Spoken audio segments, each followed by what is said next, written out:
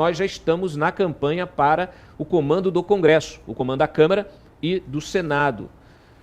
E hoje de manhã nós fomos surpreendidos com a decisão do Arthur Lira de retirar da CCJ o projeto da anistia, o PL da anistia, que era simplesmente o principal projeto da barganha pelo apoio do PL ao candidato do Arthur Lira, que é o Hugo Mota.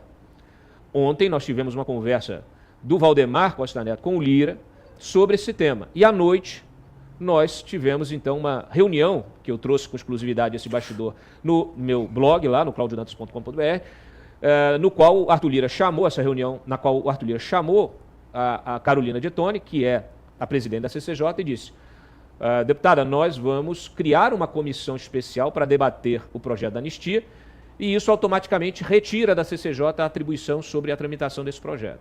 Eu devo lembrar a todos que nos assistem que já havia uma articulação anterior do Lira para evitar que o projeto na CCJ fosse debatido antes do segundo turno das eleições, antes até do primeiro turno, antes das eleições. Isso, a orientação do Lira, e ele usou as suas lideranças, aí, o pessoal dos partidos de centro, até para fazer um bloqueio inicialmente e depois para tentar chegar num acordo, mas houve uma tentativa de se votar isso antes da eleição e a pressão foi para que houvesse o adiamento disso. Eis que acaba o segundo turno e a gente espera o quê? Que a CCJ retome as sessões e coloque esse como o primeiro item da pauta. Só que aí o Lira atua antes disso e consegue suspender Mariana, a tarja, a gente está falando da disputa pela Câmara, tá? Então o Lira consegue suspender novamente, de alguma maneira, essa tramitação, só que agora criando uma comissão especial. O senhor sabe muito bem o que acontece com uma comissão especial. Primeiro que precisam ainda ser indicados os membros dessa comissão. Depois de indicados os membros dessa comissão, será produzido terá que ser indicado um novo relator para o projeto. Esse relator terá ainda o seu tempo para analisar o projeto e fazer as mudanças e apresentar seu relatório. Ou seja, volta à estaca zero todo o debate sobre o PL da anistia. O Lira diz que essa articulação foi previamente combinada com Jair Bolsonaro e Valdemar Costa Neto. Ele disse isso para todos os seus interlocutores, inclusive para a própria Carolina Detoni. E ele faz essa movimentação, claro, de olho no apoio do PL. Só que, dentro do PL, isso caiu muito mal. Muita gente ainda não entendeu por que ele fez isso. Tem gente interpretando que essa movimentação é uma sinalização para o PT, porque o Lira também quer o apoio do PT ao Hugo Mota. Então, assim, esse é o cenário. Esse é o estado de coisas.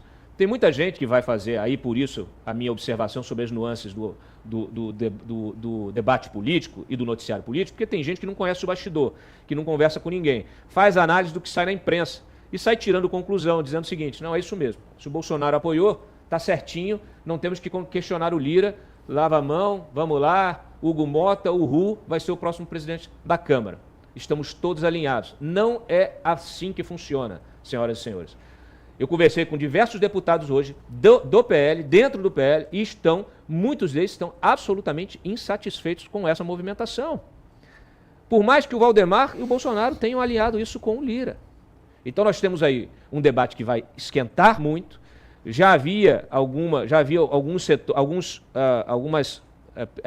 lideranças na oposição insatisfeitas com o alinhamento nas campanhas políticas, né? A gente discutiu tantas vezes a candidatura do Ricardo Nunes, e agora isso fica muito claro, muito evidente na disputa pela Câmara dos Deputados. Então, eu vou passar para lá para você, Ari, e antes eu quero que a nossa produção solte justamente, Júlio, por favor, o vídeo do Lira anunciando, tá, a suspensão da análise do PL da anistia na CCJ. Sim, também deve ser com a chamada Lei da Anistia. O tema deve ser debatido pela Casa, mas não pode jamais, pela sua complexidade, se converter em devido elemento de disputa política, especialmente no contexto das eleições futuras para a mesa diretora da Câmara. E é por isso que, na condição de presidente da Câmara dos Deputados, determinei ontem a criação de uma comissão especial para analisar o PL 2858 de 22. Essa comissão seguirá rigorosamente todos os ritos e prazos regimentais, sempre com a responsabilidade e o respeito que são próprios deste Parlamento. Também nessa temática é preciso buscar, como tudo que a gente faz aqui, a formação de eventual convergência de texto. Essa é a marca do nosso trabalho. Cumprimento intransigente dos acordos firmados, defesa das prerrogativas parlamentares, diálogo incessante e busca incansável sempre pela convergência de votações e de ideias. Ari, você já olhando o vídeo e já fez uma leitura não do que o Lira disse, mas de quem estava ao lado e atrás do Lira. Por favor, fique à vontade. Exatamente, Cláudio. A gente tem, para analisar política, a gente não tem que analisar só o que é dito, a gente tem que analisar o que está por trás do que é dito. Então, o que está por trás do que é dito? Nós tivemos eleições terminadas no segundo turno do domingo. Quem ganhou? O Brasil ganhou. O Brasil ganhou por quê? Porque as pessoas foram às urnas e se manifestaram. E até vou citar um caso interessante. Ribeirão Preto. Ribeirão Preto tem uma abstenção de mais de 40%, entre votos nulos e abstenção e votos nulos e brancos. E uma diferença entre o vencedor do PSD e o perdedor do Novo de 600 votos. Então tivemos uma eleição extremamente disputada, em todos os aspectos. No aspecto programático, ideológico e tal. Mas quem ganhou, quem é que se apresentou como protagonista das eleições? A quantidade de prefeitos reeleitos, por exemplo.